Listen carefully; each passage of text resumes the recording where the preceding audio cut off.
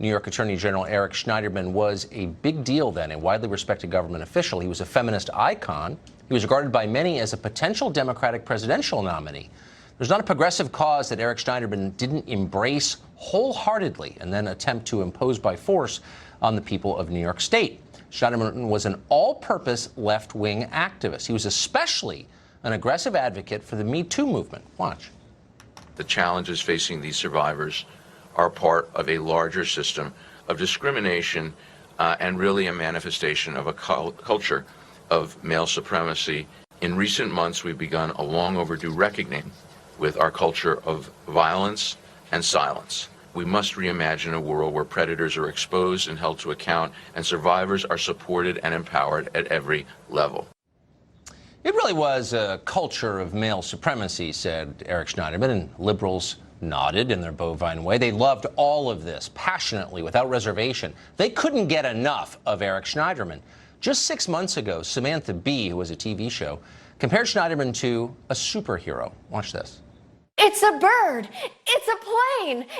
I'm Eric Schneiderman, and I'm the Attorney General of the state of New York. Are you going to lead us out of the darkness? The state attorneys general are going to be the first line of defense. Eric's Justice League has challenged Trump over the first travel ban, pesticides, student loans, the second travel ban, smog, methane, Obamacare subsidies, DACA, the third travel ban, trans rights, clean power plan, and birth control access. Whew. We're going to save ourselves together. You're going to save us. We're going to do it, but that requires a lot of people other than state attorneys general getting engaged. Please be my hero. Well, tonight, Samantha Bee's hero is disgraced and unemployed. Reporting by Ronan Farrow, released last night, suggests that in private, Schneiderman was exactly the kind of predator he claimed to be hunting.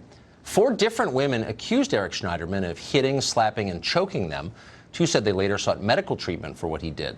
Some allege that Schneiderman made death threats against them. One says he threatened to have her followed or her phone tapped.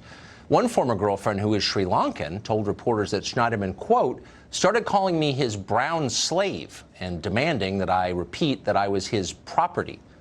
Schneiderman's many friends on the left didn't stick around long once the New Yorker piece came out last night. After pausing to make certain that Schneiderman's career was really dead, former allies have come out to denounce him and say how horrified and shocked they are by the allegations. They can't believe it. Please.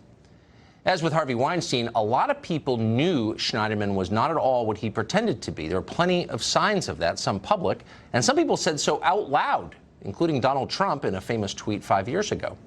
But the left stuck with Eric Schneiderman anyway until the last possible moment, as they always do when political majorities are at stake. They'll put up with anything for the sake of power. Principle be damned. Consider this detail from the Farrow piece. Quote, after the former girlfriend ended the relationship with Schneiderman, she told several friends about the abuse. A number of them advised her to keep the story to herself, arguing that Schneiderman was too valuable a politician for the Democrats to lose. If you can even imagine. And of course you can imagine, because once again, like the obedient little robots they are, self-described champions of women fell into line to protect an abuser of women, just as they did with Ted Kennedy and Bill Clinton and countless others. Hypocritical? Of course it is. Is it surprising? No. These are the same people who fly their private jets to global warming conferences, the ones who bring armed guards to anti-gun rallies. These are the people you see on television lecturing you about diversity from the safety of their gated neighborhoods that look like 1950s America. Are you really shocked that they covered for a violent abuser who became famous for denouncing domestic violence? Probably not.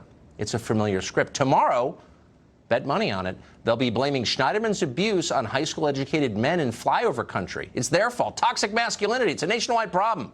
That'll happen. But before it does, let's be sure to get to the bottom of this particular story. Who knew about what Eric Schneiderman was doing, about what kind of man he was? Did New York Governor Andrew Cuomo know?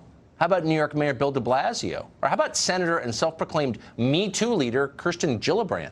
All of them supported Schneiderman for years, just as they supported Bill Clinton and Teddy Kennedy and Harvey Weinstein. They've gotten a pass for all of that. This time it's worth getting to the bottom of their complicity in this, if any. Tammy Bruce is a radio show host in New York City. She's thought a lot about this, and she joins us now. Hey there. Hey, Tammy. So how long before Eric Schneiderman's alleged abuses become the abuse of all men?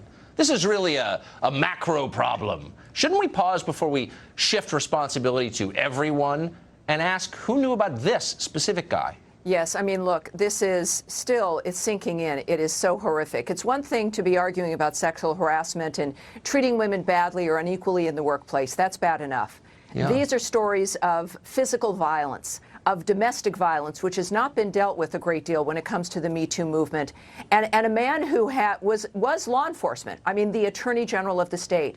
Right. And it's an extraordinary dynamic. And we know that these issues transcend politics and parties. But what's fascinating here is that these are men, whether it's Harvey Weinstein or Bill Clinton or the Kennedys or now this man, who wrapped themselves in the cloak of the Me Too movement, of feminism, who said that they were the champions for women, and ended up being the man that they were warning everyone about.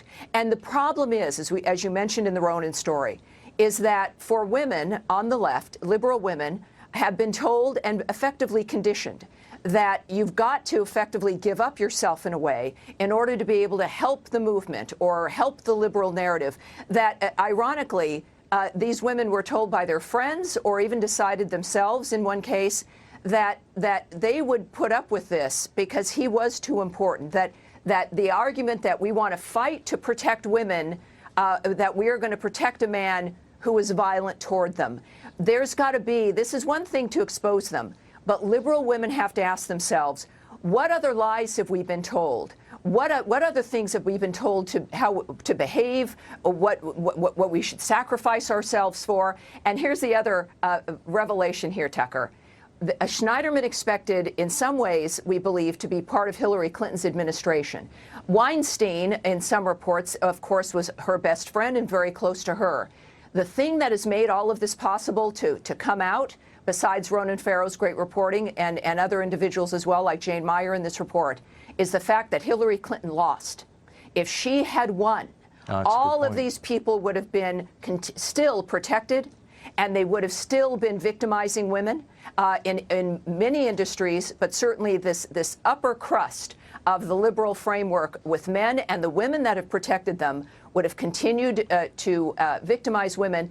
And now we're at a point where it's about, really, I contend, in this framework, this largeness of it, is that it's about the liberal ideology, that the right has been so demonized that you've got to protect everyone in your realm because it's the right and conservatives who are supposed to be the deadly ones. I think that's it's your own victimizers there on the left. No enemies on the left. I've seen this all my life. But yeah.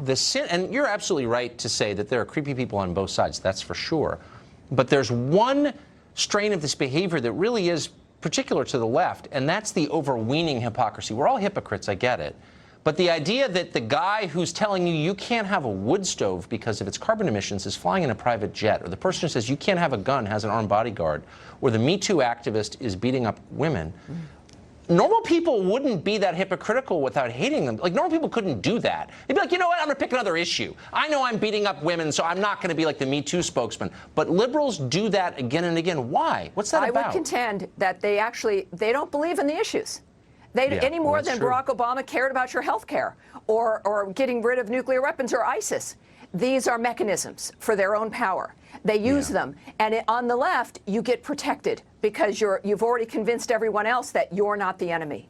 So I don't believe it's hypocrisy, because to be a hypocrite, I suppose you have to kind of sort of believe in the issue and then do the opposite.